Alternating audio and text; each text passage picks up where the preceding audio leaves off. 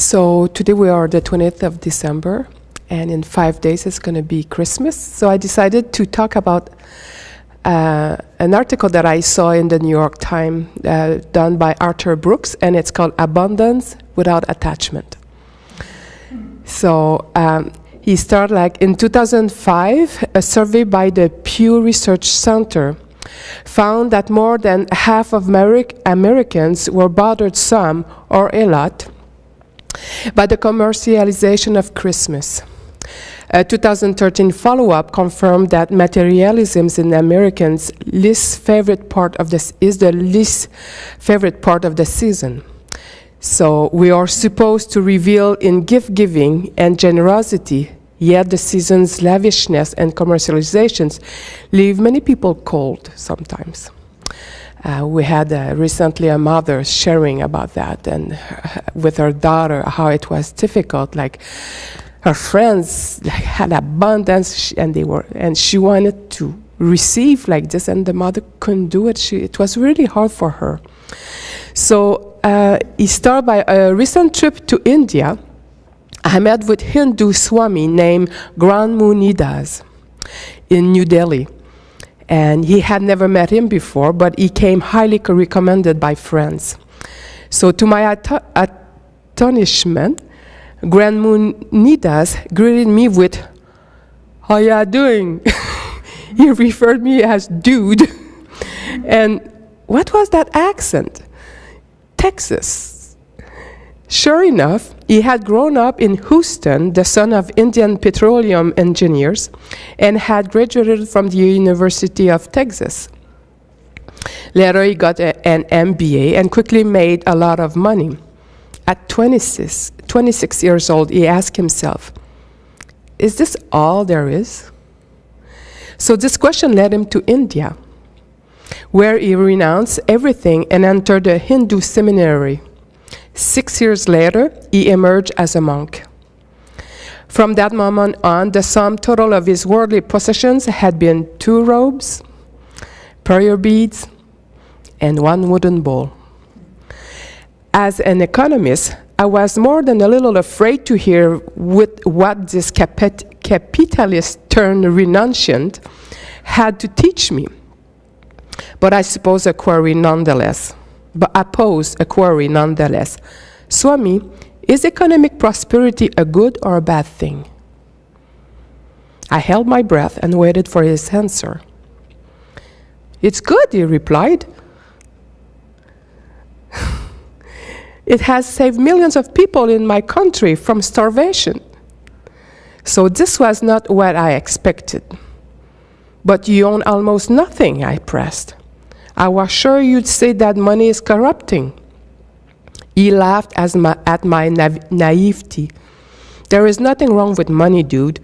The problem in life is attachment to it." So the assertion that there is nothing wrong with abundance per se is entirely consistent with most mainstream philosophy. Even tradition commonly perceived as ascetic rarely condemn prosperity on its face. The Dalai Lama, for example, teaches that material goods themselves are not the problem. The real issue, he writes, is our delusion that satisfactions can arise from gratifying the sense alone. In the realm of material things, attachment results in envy and avarice. Getting beyond these snares is critical to life satisfactions. But how to do it? So here he came with 3 practices that can help. So the first one, he called it collect experiences, not things. So material things appears to be permanent, while experiences seems evanescent and likely to be forgotten. So he said, should you take a second honeymoon with your spouse or get a new couch? So the week away sounds great, but hey, the couch is something you'll have forever, right? Wrong. 30 years from now, when you are sitting in rocking chairs on your porch, you'll remember your second honeymoon in great detail. But are you likely to say to one another, "Remember that awesome couch?" It will be gone and forgotten. Though it seems counterintuitive, it is physically permanent stuff that evaporates from our minds.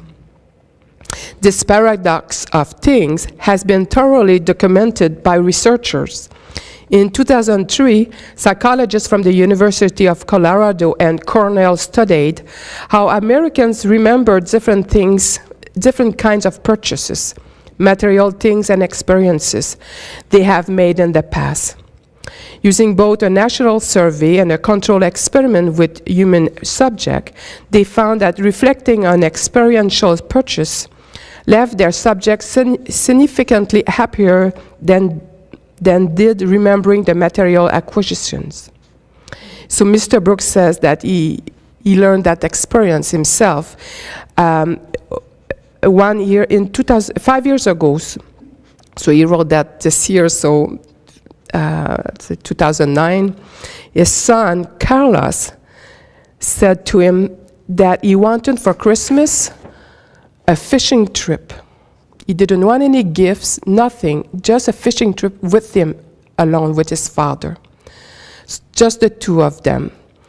So we went fishing and have done so every year since. Any material thing that I had bought him would have been long forgotten. Yet, both of us can tell you every place we've gone together, every single year. So that's the first one.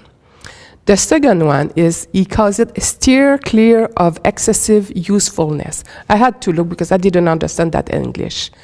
So, tell me if I explain it right. Like, it's not the goal that is important, it's the process to get there. Okay, steer clear of excessive usefulness. So, let me read it. Our daily lives often consist of a dogged pursuit of practicality and usefulness at all costs. This is a sure path toward the attachment we need to avoid. Countless studies show that doing things for their own sake, as opposed to things that are merely a means to achieve something else, makes for mindfulness and joy. In one famous experiment, college students were given puzzles to solve. Some of the students were paid, and others were not. The unpaid participants tended to continue to work on the puzzle after the experiment was finished, whereas the paid participant abandoned the task as soon as the session was over. And the paid subjects reported enjoying the whole experience less. So excessive focus on your finances obscure what you are supposed to enjoy with them. This manifestly does not mean we should abandon productive impulses. On the contrary, it means we need to treat our industry as an intrinsic end. So that's what he meant. And the third one, the third practice, he talked about get to the circle of the will. In the rose windows of many medieval churches, one finds the famous Wheel of Fortune. The concept is borrowed from ancient Romans' worship of the pagan goddess Fortuna. Following the wheel's rim around, one sees the cycle of victory and defeat that everyone experiences throughout the struggles of life. At the top of the circle is a king. At the bottom, the same man as a pauper. Pauper? One day, we're at the top of our game, but from time to time, we find ourselves laid low in health, wealth, and reputation. Worldly things occupy the wheel's rim.